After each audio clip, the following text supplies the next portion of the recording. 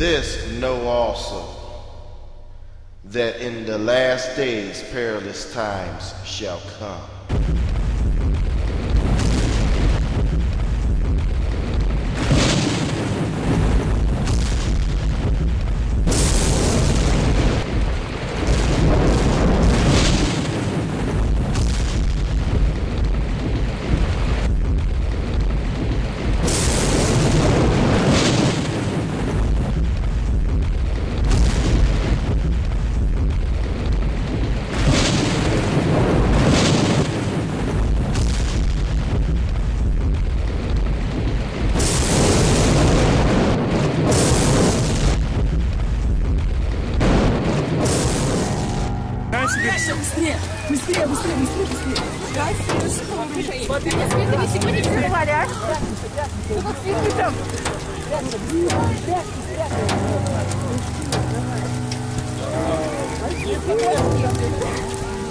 Охренеть!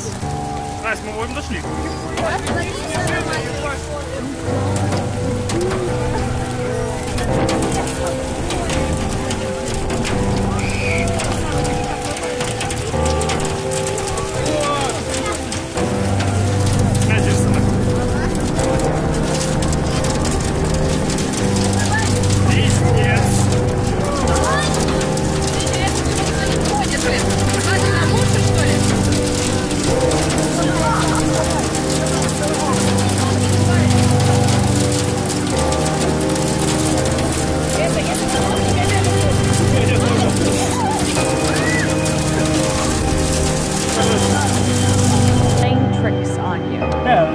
That's the middle of winter on a golf course. No, today. This white stuff is today. It's the remnants of a storm that raced across northern Door County last night, coating roadways, causing crop damage. Fox 11's Eric Peterson has the story from Sevastopol. Bruised, broken, and battered. Bob Fellner says his 60-acre apple crop is gone. Like somebody just chewed them up. Fellner saw the damage from the estimated 1-inch hail on his farm north of Sturgeon Bay early Tuesday morning. Sometimes with smaller hail, you'll just get a little dent in them, and the trees will be fine. You can sell them for hail grade or deer apples or at least juice. With these, there's really nothing you can do. It's a complete loss. Just up the road, cherries litter the ground at Choice Orchards. Co-owner Debbie Musel says one half of her crop was lost. At the Peninsular Agricultural Research Station, Superintendent Matt Stasiak says every type of crop on the 20-acre site was affected. Whether it's annual crops like corn or wheat, we've lost, and all of our perennial fruit crops have been damaged where we won't be harvesting any of them for anything. And at the nearby Cherry Hills golf course, winter rules in effect today, yes. Manager Carl Beckstrom says the front nine was unplayable. 8 is a low area. This is nothing but white. You can't even see the green. And then along 3 and 6, the ground was completely white. From the fairways to the roadways, it's a storm that left its mark. At least 10 hours after it, and I'm still standing in ice and snow and hail. So it's one of those things that I think you're more in awe of it than anything. Especially just driving around, you see all the damage, and it's just jaw-dropping. In the town of Sevastopol, Eric Peterson, Fox 11 News. Very thin line of storms, to be honest, as far as moving through the area, but it certainly impacted northern Door County. Patrick says the storm moving through.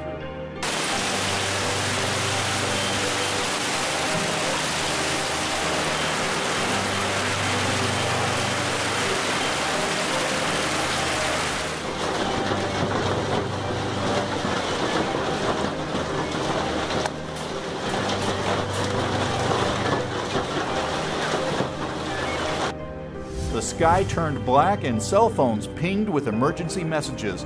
Moments later, a fierce storm tore through a sprawling carnival-like playground Thursday, snapping dozens of trees and flipping over RVs. I'm in a camper right now, and something crazy is going on outside. I'm so scared. You can't even see it. It's hailing. And my look at that tree over there. And my look Look at the tree it fell on that guy's camper.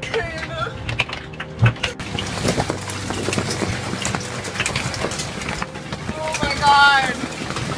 About 1,300 people were at the campground readying for a summer day of swimming pools, mini golf, pier fishing, and other activities at the 300-acre resort in rural Northampton County. Officials said 2 people were killed and more than 24 were hurt, with injuries ranging from cuts to broken bones. At least 1 person was critically injured. It says it all, slamming into Japan this morning. Typhoon Neoguri is being called the region's most powerful storm in decades. It's packing the equivalent strength of a Category 3 hurricane. More than 600,000 people have been told to evacuate as 40-foot waves and 125-mile-an-hour winds are expected on the island of Okinawa. The U.S. on that island has a very large military presence in the area.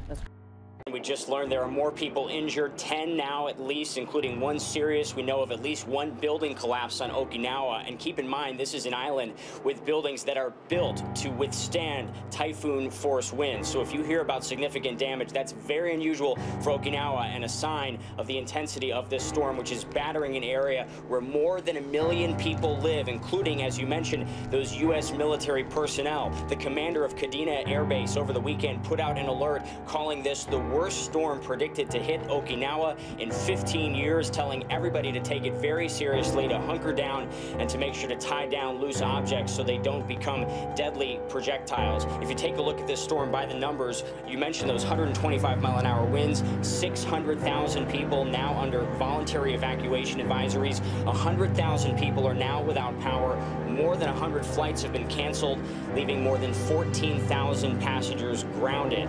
And strike directly hit the man who was later pronounced dead here at the hospital. They tell us that group of 13 people were spectators taking in the beautiful views that were likely unaware of the dangers of being up so high.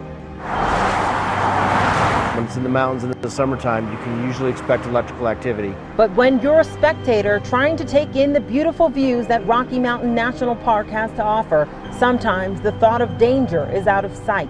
Lightning remains one of the most dangerous things in Rocky Mountain National Park. On Saturday, Dr. Martin Koznitsky, medical director for Estes Park Medical Group, says a total of 13 people were rushed to the hospital after being affected by a lightning strike. One who had CPR initiated in the park has been pronounced dead, unfortunately. On Friday, it was a similar story.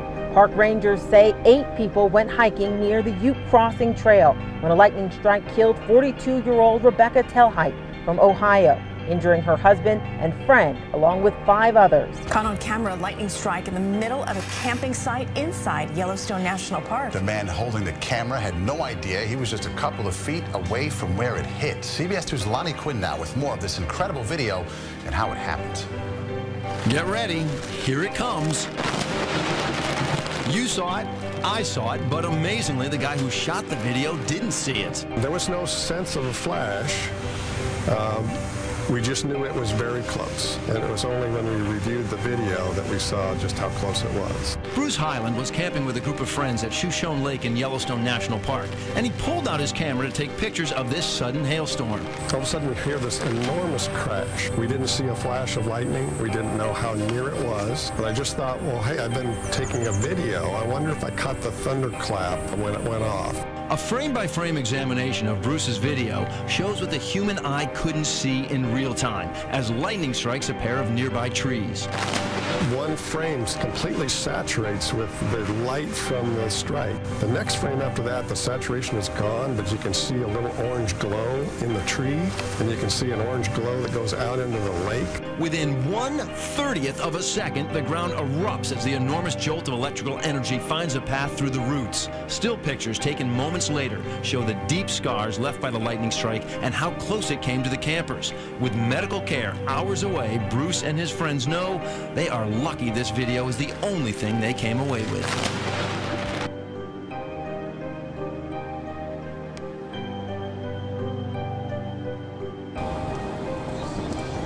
Large tornado on the ground.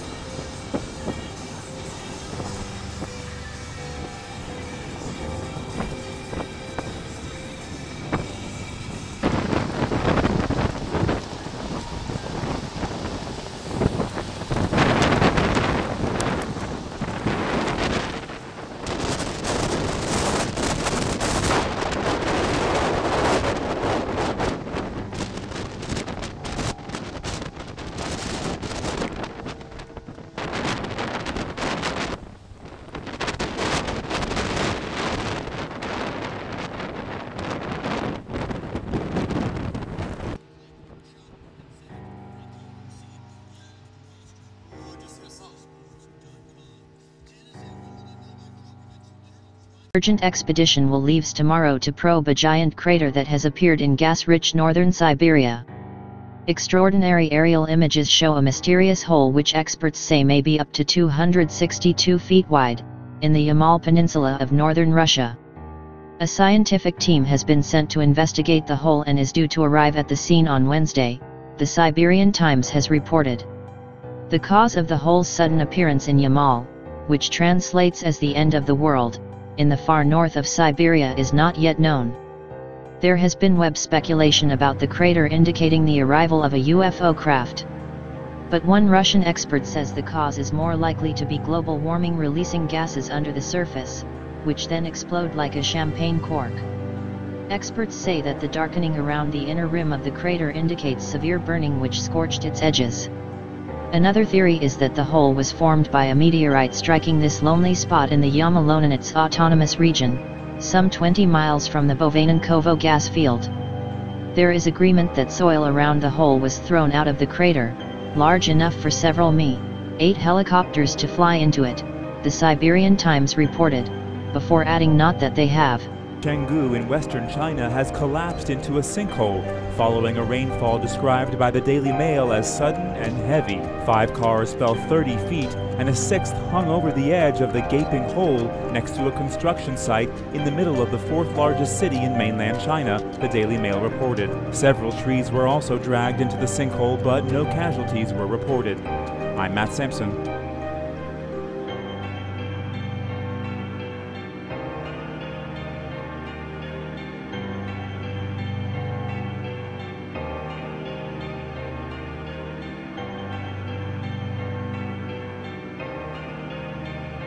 Of a large sinkhole that's opened up on the 1800 block of East Venango in the city's Port Richmond section. The fire department was called out just about an hour ago, and they found this 12-foot sinkhole that has compromised the entire street. The city streets department and PGW are now arriving on the scene. No word yet if there are any evacuations due to this sinkhole.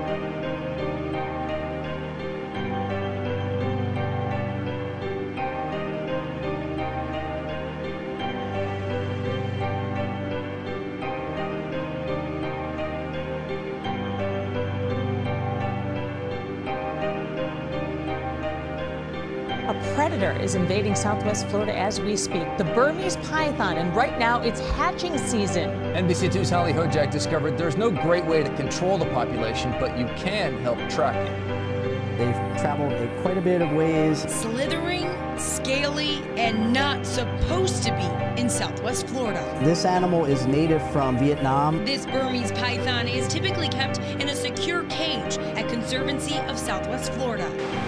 But lately, the invasive species has been spotted on the streets in Collier County. They are emerging from their eggs. It's Burmese python hatching season in southwest Florida. This is a new apex predator in the South Florida ecosystem, one we're going to have to learn to live with. The Conservancy has been studying the invasive python for several years. Now, they're asking the public to take part in the research process. We need some eyes on the ground to help us document the spread of this invasive. Right now, Bartazek said there is no way to control the Burmese python population from growing here. This just happens to be one that gets very large, very in charge. The larger pythons are typically found in the Everglades. However, the smaller hatchlings are commonly found on the side of the road. The Conservancy says if you see one, snap a photo and document the location so you can pass it along to the FWC. Mayflies by the mega millions, stretching from Red Wing, Minnesota to Prairie du Chien, Wisconsin. These pictures from the National Weather Service say it all. The aquatic flies so thick they showed up on weather radar like a rainstorm. You want to keep your mouth shut and kind of cover your nose. The hatch happens every year, but this year it's a little late and a lot bigger than others. Where you're standing, there was 2 feet of water about 3 weeks ago. And I think the flood has delayed their hatch this year because they're just starting to hatch, and normally they start before the 4th of July. While adult mayflies may only live a few days, there's plenty of time to wreak some havoc. This time, a particularly thick cloud of bugs in the town of Trenton appears to have triggered a 3-car crash. Sometimes they have to plow the bridges. They'll dump sand on it because they end up real greasy when they get squished. But it's a way of life along this stretch where increasingly cleaner, oxygen-rich water is making it a perfect place for the bugs to mate, hatch, and leave one lasting impression.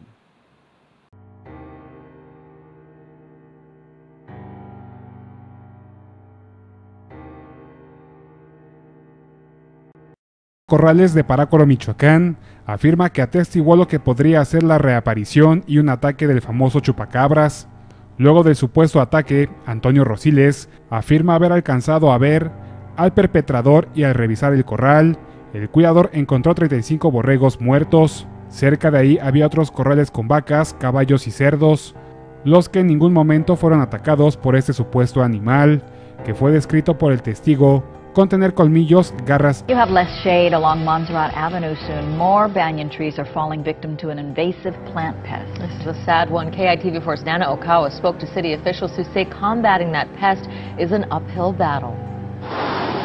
These Benjamin banyan trees have withstood a lot in their 50 years fronting Kapiolani Regional Park.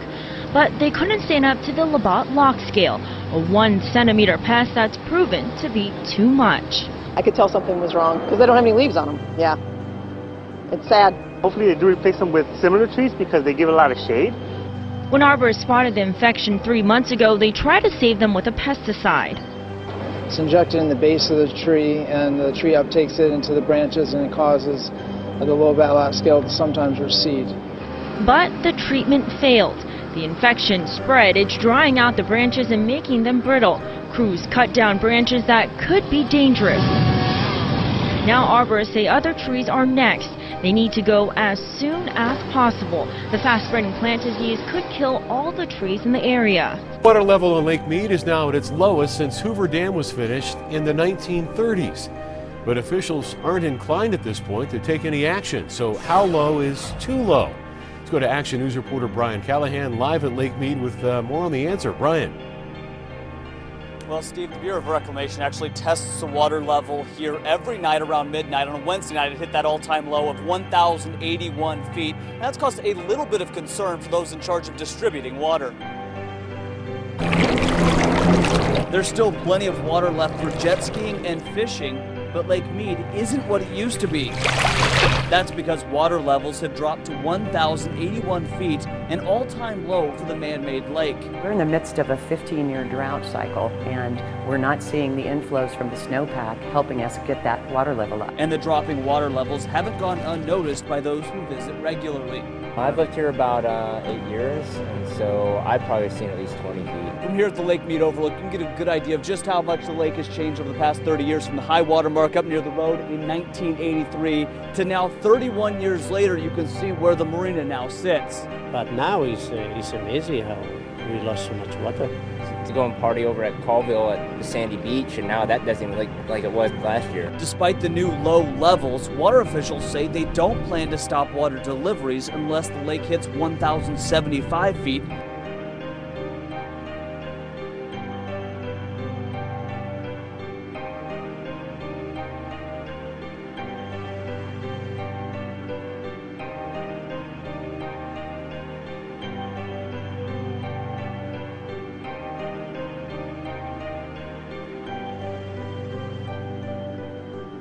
Blazing conditions and drought are fueling several wildfires throughout the region and making it difficult to fight them.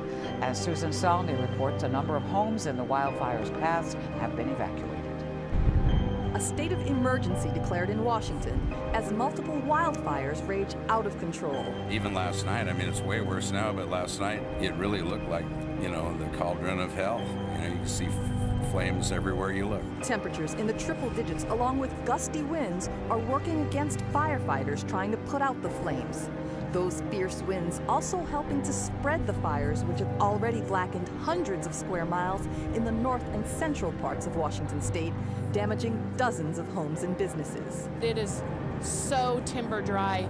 Everything is just, you walk in the yard and The grass crackles. It was like a mass exodus down here. Officials say lightning sparked the largest cluster of fires called the Carlton Complex. That blaze has already destroyed about 100 homes and forced a hospital in the town of Pateros to be evacuated.